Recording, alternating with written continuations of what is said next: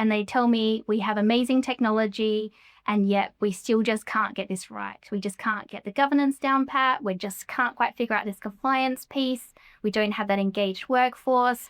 What are we doing wrong? I think that one of the things that we're now seeing organizations realize is that it's not just all that technology. I think good on paper looks very, very tidy. I think good in practice, it's not perfect, but everyone feels really comfortable and they know what they're meant to be doing 100%. So the dreaded phase two never happens. Doesn't matter how great the intent is.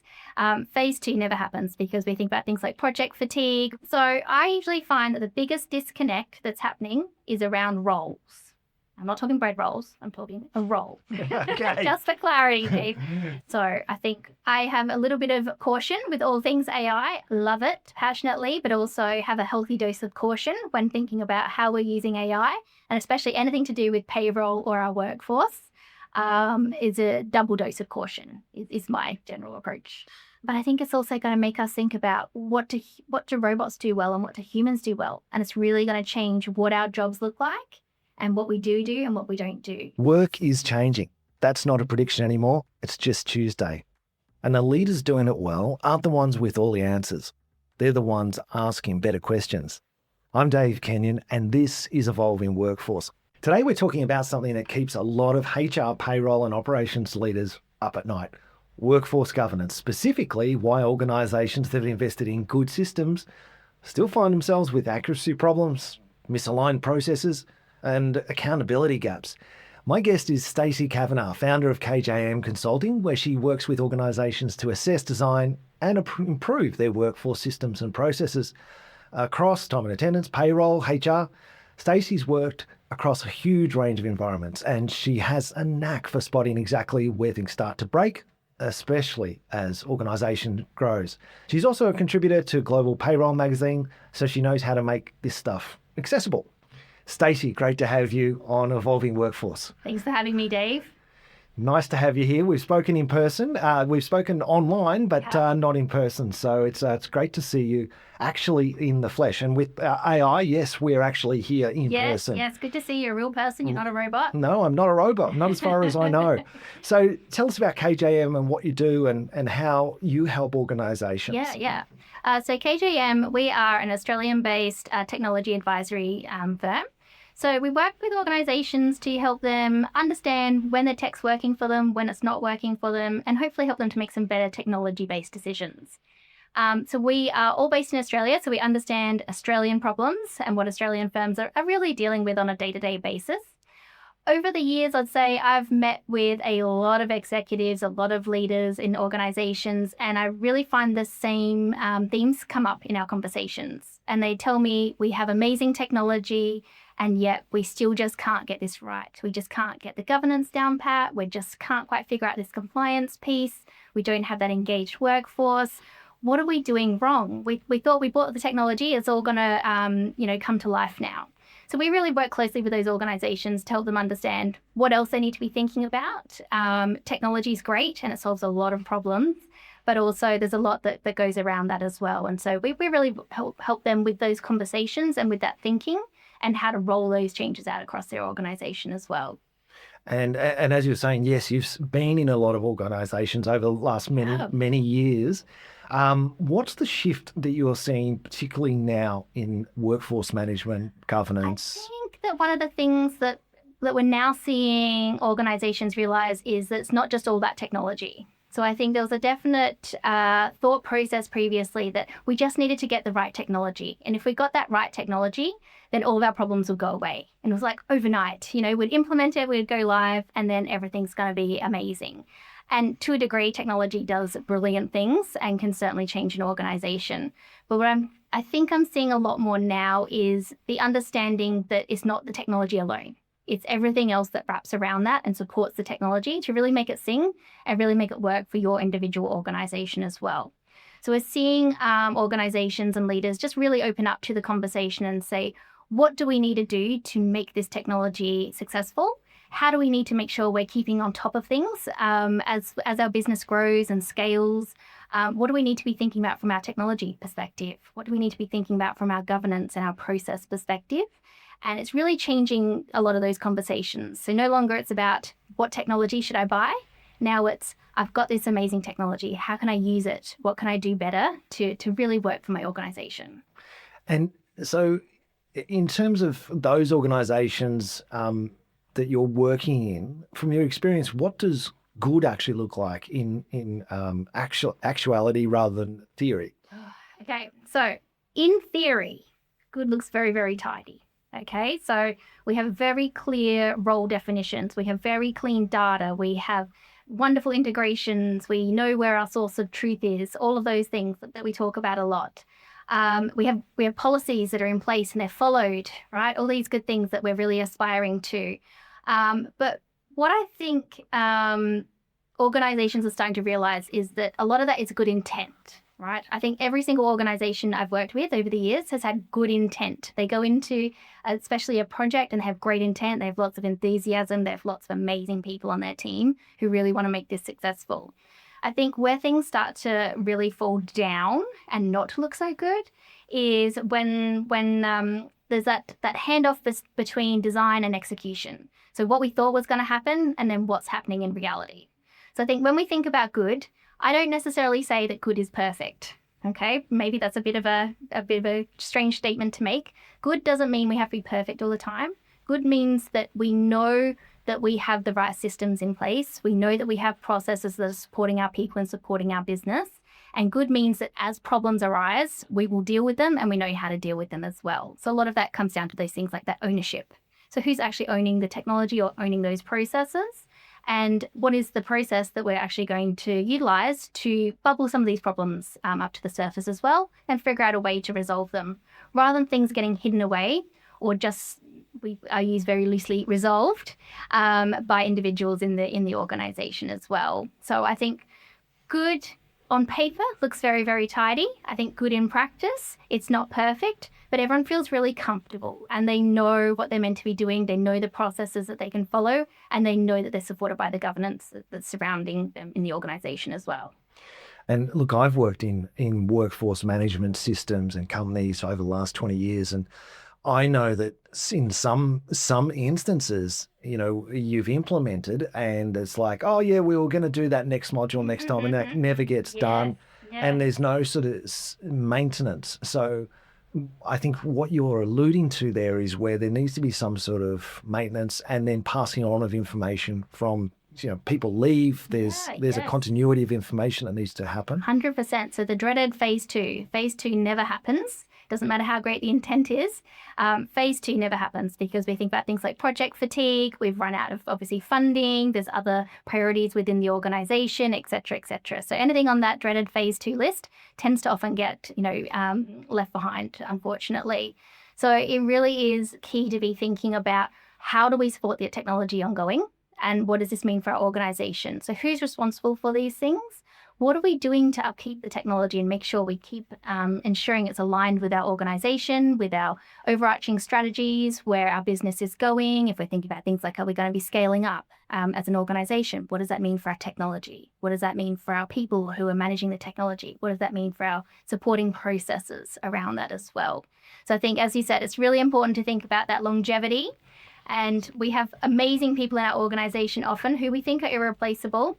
And unfortunately, when they leave, it does leave a really big hole as well. So what are we doing to prevent that? How are we getting in front of that? People will leave eventually, as upsetting as that may be for us. So what's our plan to make sure that we have things in place to keep things ticking along and keep things really at that optimal level that we're sort of aiming for as well?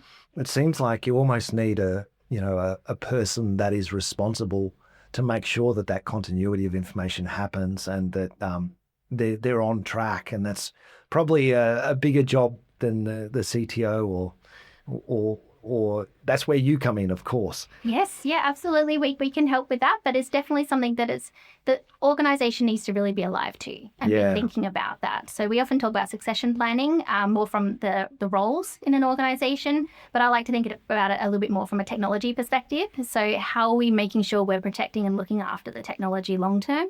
And what are we doing to plan for the future and when things change as well?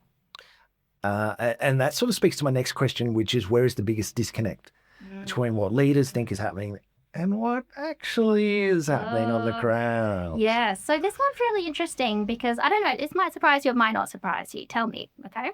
So I usually find that the biggest disconnect that's happening is around roles. I'm not talking bread rolls, I'm talking a role. Okay. Just for clarity, Dave. So what my role is, what I do within the organization, okay? And they are at its core quite simple in a lot of ways, okay? We all have roles. They're usually quite well defined across the organization. And they're incredibly important because when we think about what roles influence, it's things like security, access, it's things like compliance, it's pay, it's your performance, and how you're evaluated for your performance, all those kind of really critical business processes. And what I find is that leaders tend to think, yeah, we have these really well defined. We've probably got some amazing job descriptions that have been created and come out every time we employ a new person, and then we probably don't look at them again, to be honest. But what happens in reality in an organization is that things change. And so roles are the things that people don't think of that are really changing. So it might be someone moves into a hybrid role. It might be something like they start to pick up different duties or responsibilities in their role. And so suddenly what we thought their role was has actually really changed. And so things get really muddy, things get really messy. And I think there's a huge disconnect generally between what a leader thinks our workforce is doing and what our workforce is actually doing. And especially when we think about as those businesses scale up, what made sense as a small organization, a small team, maybe operating in one particular region or country, when we start to scale up and we start to see a lot more scale of those roles, there's all these little nuances that start to come in. So something that worked in a particular region doesn't work in another region. Something that worked when we were just delivering product A doesn't work when we're talking about product B. And we see those roles start to evolve. But if we're not keeping on top of that, that's something that gets really out of hand quickly. And when we think about things like compliance, so payroll compliance, obviously everything comes back to what that role is and what those responsibilities are that those employees are delivering. So really key area where I think we tend to not realize how disconnected things have become from what they look like on paper to what they are in our actual organization. Yes, and when you talk about roles, that's really interesting because, I might be a payroll manager, but I might not necessarily see my role to champion all the changes that we need to put into the system to take into account the changes of the EBA or the awards or new legislation or just the growing needs of the organisation. That's the IT, they should be doing that, but I should be championing that as the payroll manager or the rostering manager. Mm-hmm, mm-hmm. Absolutely. And I think that, again, when we think about that as we scale up, right, everything starts to change. When we think about what we should be championing, what our priorities are in the business or who we're responsible for, those are the first things that start to just fall apart a little bit as well. Then we lose a little bit of that clarity when we're thinking about, hang on, what should I be doing here? Now I have a little bit less clarity about what I should be doing now that there's more of me, for example. There's more people doing the same role as me, but in different regions. It really starts to muddy the water as well. And I think that really helps to make it very unclear to people what they should be doing and whose responsibility things are as well. So we think about payroll compliance, for example, always top of mind for every organization. Who's responsible for that? Who does that ultimately fall to be responsible for that as a process and as a business risk as well? So really key things to think about as an organization. And which leads into the next question, which is that ownership of workforce outcomes across systems, teams, regions. Where does AI come into the picture here? Oh, okay. So I think that when we think about ownership, we tend to think about it more as HR owns the HRIS system, for example, and technology might own access to systems, and payroll owns paying people, and it's very segmented, right? We have our silos that we all work within. But I think that when we're thinking about AI and when we're thinking about that overarching use case of AI, it's impacting every employee, I would say. I think that's a fairly, a sensible statement to make. I All agree. employees, I think, are impacted in some way or degree by AI, right? So it covers our entire workforce. So I think what we have to think about when we're thinking about AI is is thinking about who is going to be accountable for the integrity across the entire workforce and what that impact is to the workforce. So I think AI is brilliant in a certain range of things. It's good at spotting anomalies. It's good at doing repetitive work. It's very good at writing emails. I'll tell you that. I do like that. But I think when we think about AI and what it can do, when we're thinking about that workforce governance as well, I think what we need to think about is what part is AI going to do and what part are humans going to be doing? And that's a question that we have to ask ourselves about every element when we're bringing AI in.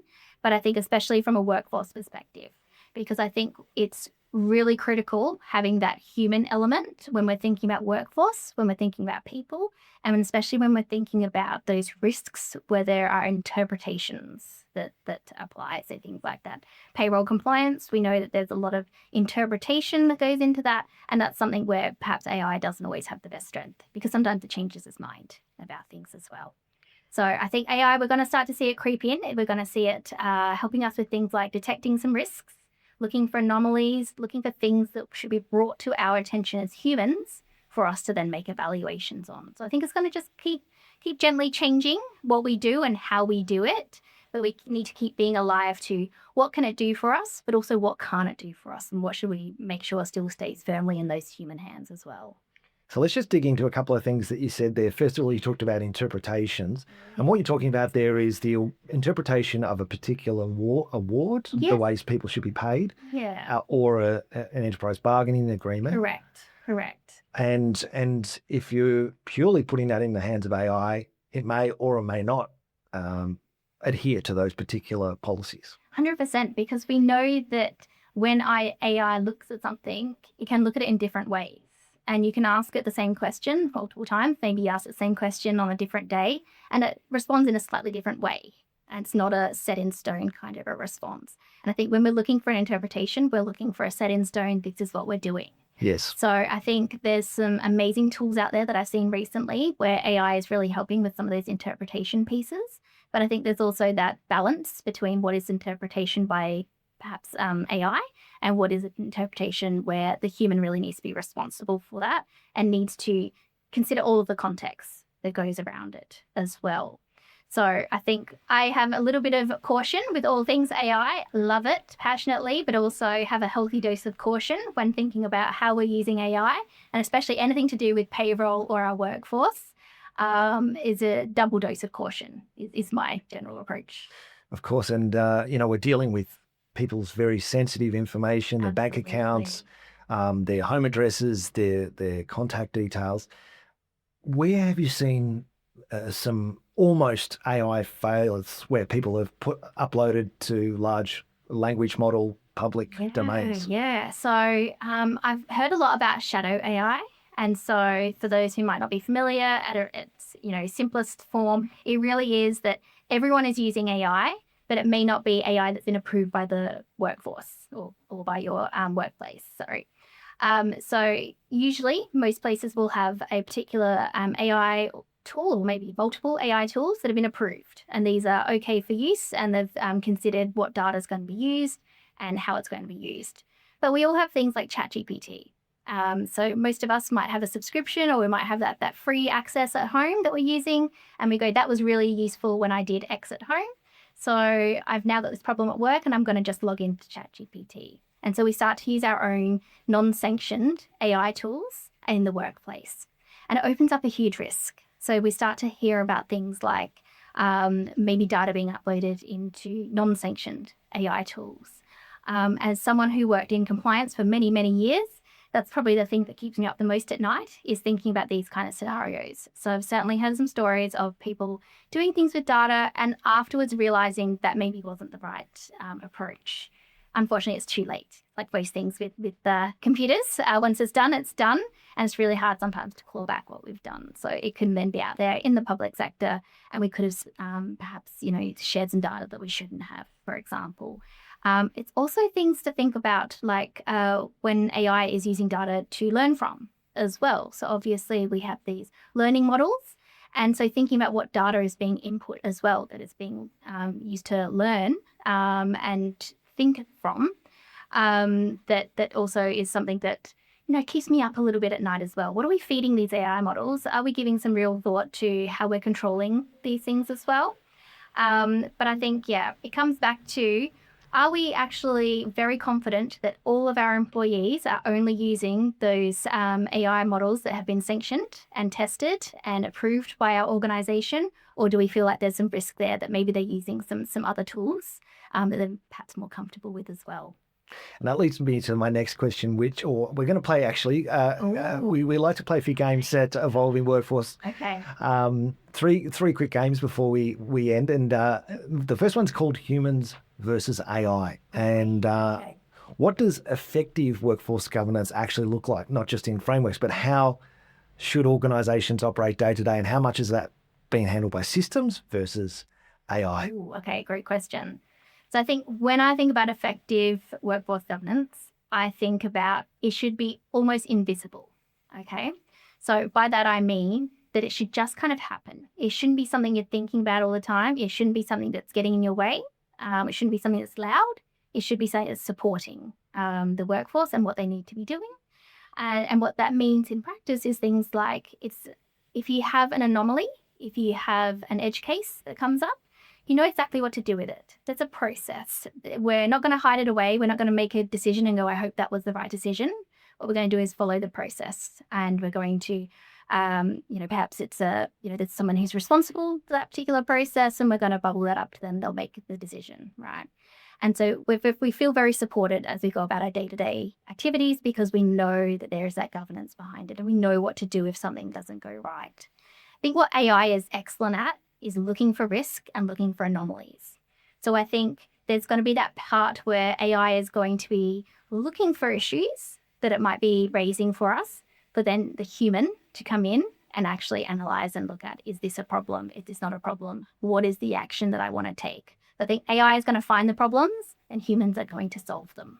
I like it. So we actually make the decision. We make the decision, correct. But I think AI is going to be really good at finding the things that we need to make decisions about.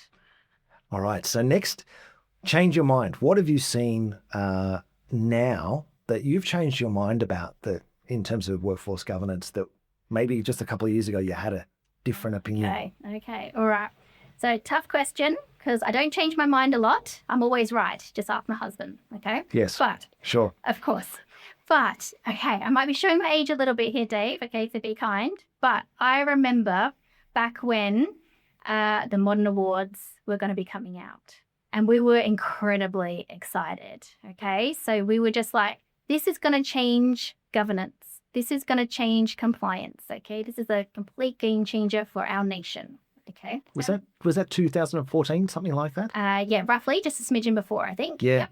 So, a few years ago. We'll just go with a few, Dave.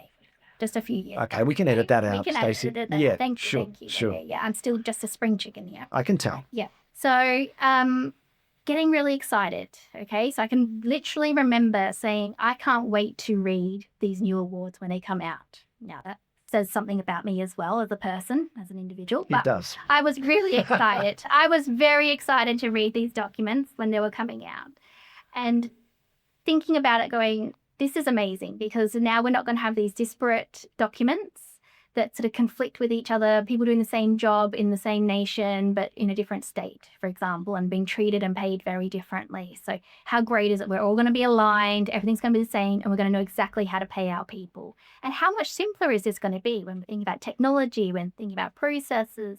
We're all going to be so compliant, it's going to be amazing. And then we got these documents. And then I had a bit of a moment and I was like, I don't know that that's much clearer. I don't know that that's actually made our lives easier. Okay, no, Stace, right? Have a positive mind frame about this. Let's go into it. And what I've found is that I actually think by trying to combine so many documents into one and have one overarching award that covers, across, a particular industry area, it's actually created so many nuances and so many little edge cases and so many confusing clauses that it's actually made it harder for us in a lot of ways. So I think about some of the awards that I used to work under and interpret, and I think actually they were a lot more straightforward than now what I'm working within as a framework. So I think that was my biggest change of mind, was I thought I can see the way forwards, and I can see how this is going to make our lives so much better, and it's going to make compliance so much easier for businesses. And now if I reflect on the past decade or so, I realized that, all we've actually talked about is how compliance just feels like it keeps getting harder and harder to get right and to understand what we're meant to be doing. My heart goes out to you. I can know. imagine Stacey there, with the champagne bottle out. Yes, I was ready. I was ready to read that 100 or so pages of the first one. And, it was a bit of a sad moment for me, but that's okay. I've recovered over the last decade. Well done. Well done.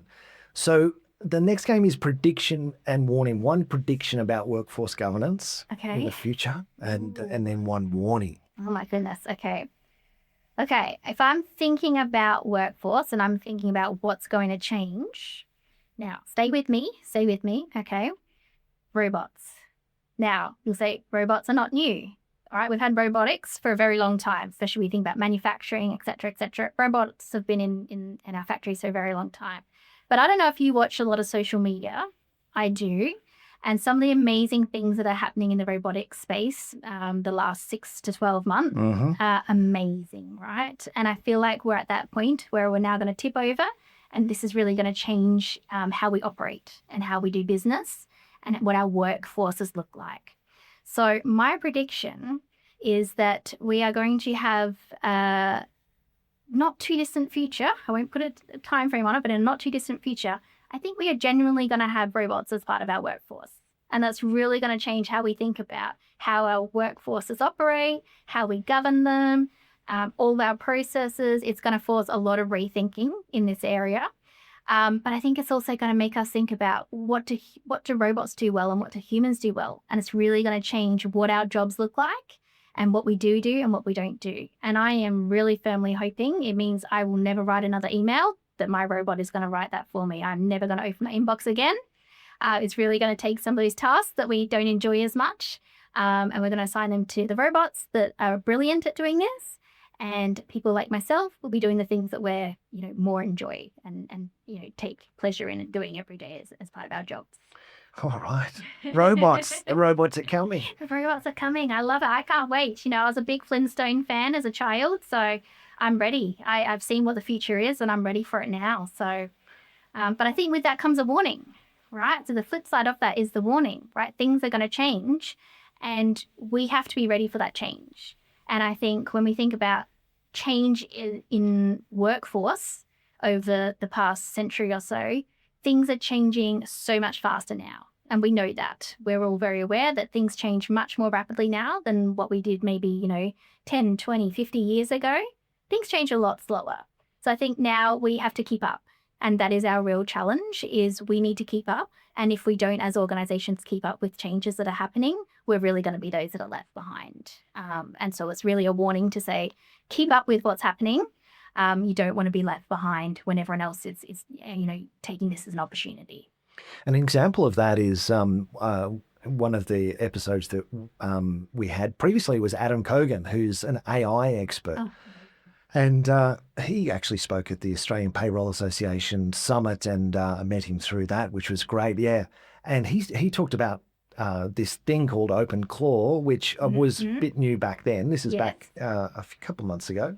And since then, all the large language models have taken up their own version of Open Claw, which is a personal messaging assistant on steroids, and have sort of made that a little bit safer. But that's only been a few months, and it's happened literally 2 months. Incredible. Yes, so quick. As I said, things are changing so fast, and it's really hard to stay up with what is changing and then do that thinking, that critical thinking about what does that mean to us as organizations? What does that mean to us from a compliance lens? What does that mean to us from a governance lens? What do we actually need to be thinking about here? And we used to have a lot of time to think. We used to have set time aside, think, plan, execute, and now things are just changing so rapidly. It's really going to change what we do there and how we keep up with those changes as well. So I think it's exciting times, but it's also really scary in a lot of ways as well. So yeah, keen to see, in a year's time when we're talking, what are we going to be talking about? It will be very interesting what we're talking about. and just going back to having that time to think, I remember, and sorry to bring up Adam, Mr. Zuckerberg from Facebook, but he sort of said, I manage my work so that I have time to stare out, like my people do the work and I have time to just stare out the window. Yeah. And when he stares out the window, that's when the magic happens. And working above the business, not even on the business, or in the business, he's sort of working above the business going, hang on, what's coming? And having more time to do that is necessary when everyone's just, when things are accelerating so quickly. Absolutely. And so I think that's something we have to keep thinking about and keep making sure we're doing, is that thinking, the real critical thinking. And so it's how do we utilize things like AI? So if we've got AI, how can we get that to do the things it's really good at, to free ourselves up to do the more human things like that deep thinking and the planning and the imagining what's the workforce going to look like? What is my business going to look like? What's my dream? Where do I want this to go? And how are we going to get there as well? So doing that planning that's associated with it. We all got a dream. We've got to have that plan for how we're going to get to achieve that dream as well. So I think it's really important that we still take that time. We still do that thinking, but it's going to be more rapid.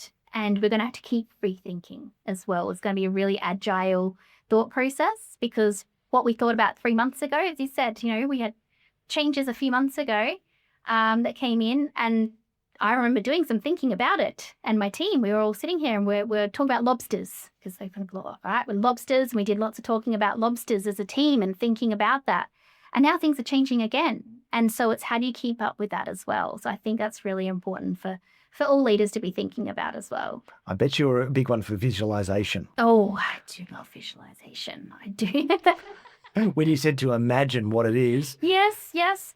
And you know what? I think there's something to be said for the good old school whiteboard. Yeah. Go and whiteboard things, put it out there, and as a team, sit there and think about what do you want things to be like, how are we going to get there, and what are those crazy ideas? Because you know what? They're not so crazy anymore, a lot of them. Things that we would have said, a bit strange 5 years ago, now we say, that's actually real, or that's actually happening, or that's something that's well within our grasp to make it happen as well. So yeah, I do love a bit of a let's think big picture here and let's figure out where we're going. Exciting times. Now, what's one thing that leaders need to know about that you haven't covered yet in this podcast about workforce governance? Okay. I think that the one thing I would probably call out is that I think people think that workforce governance is often almost theatrical. It's big, it's cumbersome, it's dramatic, and often it almost gets in the way, right? But I'd like all leaders to think about workforce governance as being something where it's in the background and it's supporting, and just changing our thoughts about what it means and what it means on a day-to-day basis, and what that also translates into for a experience for all of our workforce as well. So I think I'd rather just challenge everyone to change their thinking and say, when you think about governance, it shouldn't be hard. It should actually be easy, and it should be making your life easier. So please do make sure that you're investing in it and considering how important it is, because especially with how quickly things are changing at the moment, it's even more critical right now to be really investing in that area. Well, Stacey, thank you so much for this chat. It's certainly been illuminating, and I look forward to chatting to you again in probably a shorter time than we think. Probably shorter. Thanks for having me, Dave. It was great to chat to you. Good on you, Stacey. See you later. Bye-bye.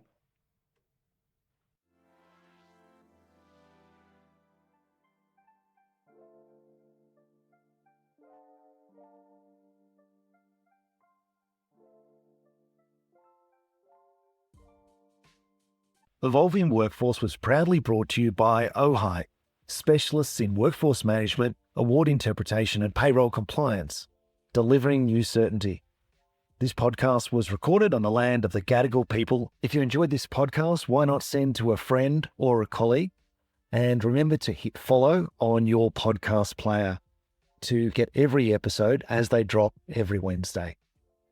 Thanks for listening. I've been Dave Kenyon, and this is Evolving Workforce.